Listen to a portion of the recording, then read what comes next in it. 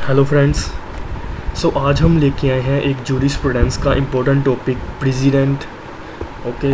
जो जूरिस्प्रूडेंस है वो भी एक हमारे लॉ के लिए एक मोस्ट इम्पोर्टेंट जो है वो पार्ट है। जूरिस्प्रूडेंस का मीनिंग होता है सिंपल वे में, अगर कोई लॉ एग्जिस्ट नहीं कर रहा हमारे यहाँ पे, तो एज ए जूरिस्प्रूडेंस वो हमें रिकमेंड करेगा कि इस केस को कैसे डिसाइड करें। अगर कोई लॉ नहीं एग्जिस्ट कर रहा तो तब ये जूरिस्प्रूडेंस की ज़रूरत पड़ती है। ओके। हम जूरिस्प्रूडेंस को लेकर एक अलग से टॉपिक बनाएंगे, लेकिन आज हम समझते हैं प्रेसिडेंट। ओके। प्रेसिडेंट जो है वो जूरिस्प्रूडेंस का एक मोस्ट इम्पोर्टेंट पार्ट है। जो प्रेसिडेंट है वो एक सोर्स ऑफ लॉ है। Source of law meaning like जहाँ से लॉ जो है वो पैदा होता है, जहाँ से लॉ जो है वो आता है, जहाँ से कानून जो है वो आता है। जो हमारे सोर्सेस हैं वो हमारे कस्टम भी होते हैं। Legislature is also a source of the law. Legislature like parliament जो है वो भी लॉ बनाती है, वो भी एक सोर्स ऑफ लॉ है। और प्रेसिडेंट भी एक सोर्स ऑफ लॉ है, ये मेन सोर्स ऑफ लॉ है। जैसे जैसे हमारी सोसाइटी जैसे ग्रो कर रही है, ओके, सबसे पहले क्या होता था, सबसे पहले जो हमारे कस्टम थे, जो हमारे रीति रिवाज थे, वही एज ए लॉ प्रिवेल करते थे हमारी सोसाइटी में। लेकिन जैसे जैसे सोसाइटी चेंज होती गई तो हमें जो सोसाइटी की नीड्स हैं लॉ को लेकर वो भी चेंज होती गई। तो इससे क्या हुआ, इससे जो लेजिस्लेचर है वो एस्टेब्लिश हुई और लेजिस्लेचर को लॉ मेकिंग अथॉरिटी बना दिया गया कि लेजिस्लेचर जो है वो भी लॉ बना सकती है। ओके। जो हमारी जुडिशरी थी लेजिस्लेचर के बाद, तब उनके जो जजेस थे उन्होंने अपनी कॉमन सेंस और अपने जो नॉलेज थी उनको यूज़ करके जो है वो एज ए प्रेसिडेंट लॉ बनाने स्टार्ट कर दिए। Okay guys. प्रेसिडेंट का जो हमारे जजेस थे वो सिंपल क्या करते थे कि उनको लगता था कि हाँ ये जो लॉ है इसमें कुछ चेंजेस आनी चाहिए। वो क्या करते थे, वो एक प्रेसिडेंट एस्टेब्लिश कर देते थे। Okay guys. कोई भी जज है उसको जो केस डिसाइड करने के लिए 3 चीज़ों का ध्यान ज़रूर रखना पड़ता है, equity, justice and good concise. ये तीनों चीज़ें अगर किसी लॉ में प्रिवेल करती हैं तभी वो एक गुड डिसीज़न माना जाता है। Okay guys. प्रेसिडेंट का जो मीनिंग है वो ये मीनिंग है, द गाइडेंस और authority of past decision for future case. जो कि किसी जज ने प्रीवियस केस में जो डिसीज़न लिया था उस डिसीज़न को हम जो हमारा प्रेजेंट केस है उसमें लेकर आ रहे हैं एज ए रेफरेंस। ओके। कि जैसे कि 2 लोगों में लड़ाई हुई, जो उसमें जज ने डिसीज़न दिया। ओके। जो प्रीवियस केस था उसमें जो 2 लोगों में लड़ाई हुई, उसने जज में डिसीज़न दिया। आज प्रेजेंट में भी 2 लोगों के बीच में लड़ाई हुई, सेम सर्कमस्टांसिस थे, सेम सिचुएशन थी। हम क्या करेंगे, हम जो उन जज का रेफरेंस है वो हम अपने केस में दे सकते हैं कि वो जज ने ये कहा था। आप भी इसी के मुताबिक हमें डिसीज़न दीजिए। Okay guys. ऐसा नहीं है कि कोई भी जज किसी भी जज की जो जजमेंट है वो किसी पे भी लागू हो जाएगी। ओके। जो सुपीरियर कोर्ट है उसकी जजमेंट लोअर कोर्ट पे बाइंडिंग होती है only. Note the same court judgement are bound by the same court. जो सेम कोर्ट की जजमेंट है वो सेम कोर्ट पे बाउंड नहीं हो सकती। No one is binding by his own decision. Okay guys. हम इसको आगे करेंगे। बस इतना मतलब समझ लीजिए प्रेसिडेंट क्या होता है, जो डिसीज़न हुआ है प्रीवियस केस का उसको हम प्रेजेंट केस में लेकर आ रहे हैं as a reference. Okay guys. According to the Bentham ने क्या कहा, बेंथम और ऑस्टिन है ये हमारे जूरिस्ट हैं। जूरिस्ट मीन्स कि जिन्होंने रचना की है, जिन्होंने डीपली स्टडी की है लॉ की, वो जूरिस्ट बन जाते हैं। ओके गाइस, सो जो बेंथम है एक जूरिस्ट हैं, उन्होंने क्या किया, प्रेसिडेंट इज़ ए जज मेड लॉ, प्रेसिडेंट इज जज मेड लॉ। ये जज मेड लॉ क्यों है, क्योंकि जज के द्वारा दिया गया डिसीज़न ही प्रेसिडेंट बनता है। वो प्रेसिडेंट कैसे बनता है कि अगर हम उस जज की जजमेंट्स को, उस जज के डिसीज़न को हम प्रेजेंट केस में लेकर आ रहे हैं एज ए रेफरेंस, तो वो हमारे लिए क्या है, प्रेसिडेंट है। Okay guys, so according to the Austin, precedent is a judiciary law. Judiciary law कैसे है, जो हमारा ये जुडिशरी सिस्टम है ये इससे प्रिवेल करता है, ये इसके अंदर आता है, सो ये जुडिशरी लॉ है। आपको जैसे पता है जुडिशरी, लेजिस्लेटिव एंड एग्जीक्यूटिव्स, ये हमारे जो हैं ये हमारे पार्ट्स हैं लॉ के। ओके, सो जुडिशरी इनका मेन एक पार्ट है, लाइक जहाँ पे वकील, जजेस से सारे आते हैं, ये जुडिशरी के अंदर ही आते हैं। सो ये जजमेंट लॉ है, इसलिए ये जुडिशरी लॉ है। सो आगे है कि कोई भी केस डिसाइड कैसे होता है इन द प्रेसिडेंट में। ओके, सो इसमें दो है, इंडक्टिव मेथड और डिडक्टिव मेथड। ओके गाइस, जो हमारा कोई भी केस है वो डिसाइड कैसे होगा, इन दो मेथड से डिसाइड होगा। जो इंडक्टिव मेथड है, इंडक्टिव मेथड में क्या होता है, प्रीवियस केस की एग्जांपल ली जाती है, प्रीवियस केस की एग्जांपल ली जाती है न्यू केस में। ओके, सो ये उसी केस की ली जाती है जो सुपीरियर कोर्ट से हो। जैसे कि हमारे यहाँ पे कितने कोर्ट्स हैं, 3 कोर्ट्स हैं, supreme court, high court and district court. Supreme court में कोई जजमेंट दी गई है, सो वो हाई कोर्ट पे बाइंडिंग होगी, और हाई कोर्ट में कोई जजमेंट दी गई है वो डिस्ट्रिक्ट कोर्ट पे बाइंडिंग होगी। लेकिन इन दोनों में जो डिसीज़न दिया गया है वो सुप्रीम कोर्ट पे अप्लाई नहीं होगा। ये ही एक ओवर रूलिंग का जो है, ओवर रूलिंग जो है ये इसमें ही आता है कि कोई भी लोअर कोर्ट का डिसीज़न वो सुप्रीम कोर्ट पे नहीं बाइंडिंग होगा, लेकिन सुप्रीम कोर्ट का डिसीज़न वो सभी लोअर कोर्ट्स पे बाइंडिंग होगा। ऐसे हाई कोर्ट का जो डिसीज़न होगा वो डिस्ट्रिक्ट कोर्ट पे बाइंड होगा, लेकिन डिस्ट्रिक्ट कोर्ट का कोई डिसीज़न हाई कोर्ट पे बाइंड नहीं होगा। ओके गाइस, इंडक्टिव मेथड में यही है कि किसी प्रीवियस का एग्जांपल लेना, प्रीवियस केस का एग्जांपल लेना न्यू केस में।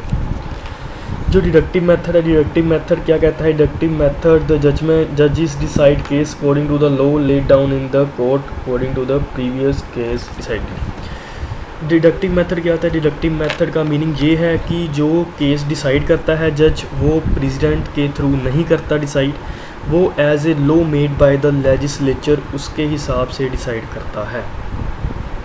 ओके गाइस, जैसे सुप्रीम कोर्ट में कोई भी फैसला होता है, सुप्रीम कोर्ट में कोई भी जजमेंट आती है वो डिडक्टिव मेथड से आती है, क्योंकि उसके ऊपर कोई भी प्रेसिडेंट अप्लाई नहीं होता, कोई भी प्रेसिडेंट बाउंड नहीं है, कोई भी जजमेंट बाउंड नहीं है। सो वो सुप्रीम कोर्ट में all decision are from the deductive methods.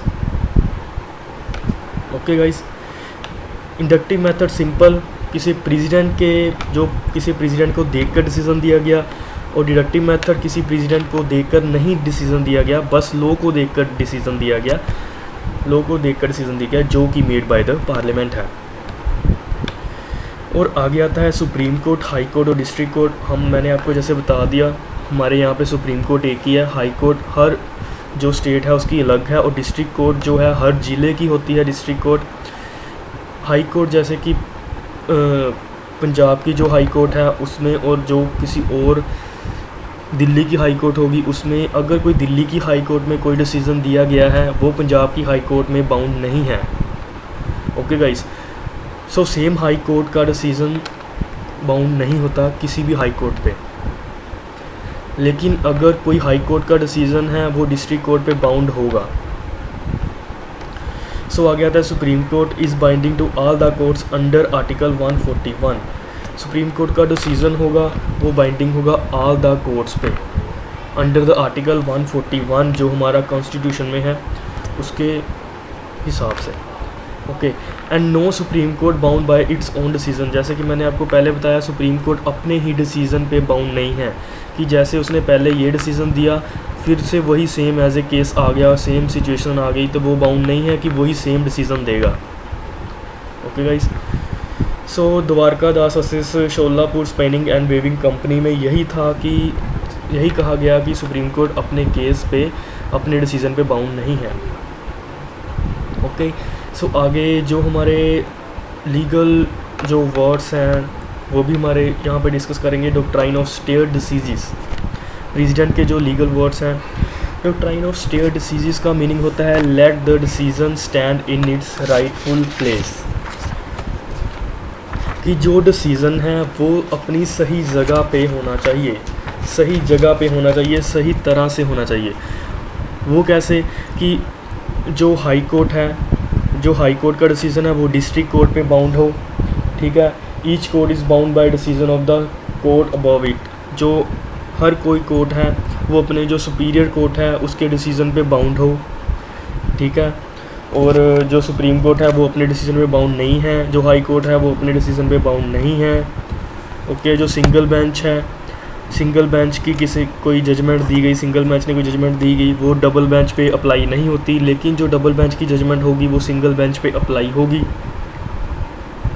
Okay, ये सभी जो फ्रेजेज, ये सभी जो लीगल वर्ड्स हैं ये प्रेसिडेंट से ही डील करते हैं। Let the decision stand in its rightful place, simple कि जो भी डिसीज़न उन्होंने दिया है वो अपनी सही जगह पे होना चाहिए और सही कोर्ट के द्वारा जो प्रेसिडेंट आया होना चाहिए। ऐसा नहीं है कि लोअर कोर्ट का प्रेसिडेंट हम हाई कोर्ट पे अप्लाई कर रहे हैं, ऐसा नहीं हो सकता। ओके गाइस, सो आगे है, आगे हम करेंगे रेशियो डिसेंडी। आगे है ratio decidendi, reason for the decision. Reason for the decision इसमें ये है कि जो रीज़न है डिसीज़न का, जो प्रेसिडेंट में रीज़न दिया गया है, जो हम प्रेसिडेंट ले रहे हैं अपने प्रेजेंट केस में, उसमें जो रीज़न है वो सही होना चाहिए। ऐसा नहीं है कि हमारा केस जो है वो दूसरा है और हम प्रेसिडेंट किसी और केस का ले रहे हैं। ओके, ऐसा नहीं होना चाहिए। उसमें जो सिचुएशन है और सर्कमस्टांसिस हैं सेम होने चाहिए। ओके, सो ऐसा भी नहीं है कि जो पूरा का पूरा प्रेसिडेंट है, पूरी की पूरी जजमेंट है वही सेम एज इट इज़ हम आगे लेके आएंगे अपने रेफरेंस के लिए। हम उसका अकेला कुछ पार्ट जो है वो डिसीज़न का ही हम एज ए रेफरेंस लेंगे कि उस केस में ये कहा गया था, बस इतना ही डिसीज़न हम अपने केस में एज ए प्रेसिडेंट लेंगे। Okay guys, so reason for the decision I hope आपको पता लग गया। और ओबिक्टर डिक्टा मीनिंग होता है, ओबिक्टर डिक्टा मीनिंग होता है कि जो हम पार्ट जो है वो डिसीज़न का हम एज ए प्रेसिडेंट लेके आ रहे हैं, जो रेस्ट ऑफ द पार्ट है, जो रेस्ट ऑफ द जजमेंट है वो ओबिक्टर डिक्टा होती है। ओके गाइस, जैसे कि हमने एज ए प्रेसिडेंट किसी केस का हम डिसीज़न अकेला हम यहाँ पे अपने प्रेजेंट केस में लेकर आ रहे हैं, वो है रेशियो डिसेंडी। और जो रेस्ट ऑफ द पार्ट है, रेस्ट ऑफ द जजमेंट है, वो है ओबिक्टर डिक्टा। और ओवर रूलिंग का जो ओवर रूलिंग का मीन्स होता है कि किसी लोअर कोर्ट की जो रीज़न फॉर द डिसीज़न है उसको जो सुपीरियर कोर्ट है वो मानेगी नहीं, उस पर अप्लाई नहीं होगा, उसको जो है सुपीरियर कोर्ट वो ओवर रूल कर देगी, वो उसको मानेगी नहीं, उसको ख़त्म कर देगी। और जो लोअर सुपीरियर कोर्ट है वो लोअर कोर्ट का डिसीज़न है वो नहीं भी मान सकती, वो उसको ओवर रूल कर सकती है और अपना डिसीज़न दे सकती है। ओके गाइस, सो आगे है कैन जज मेक लॉ, क्या जज जो है वो लॉ बना सकते हैं।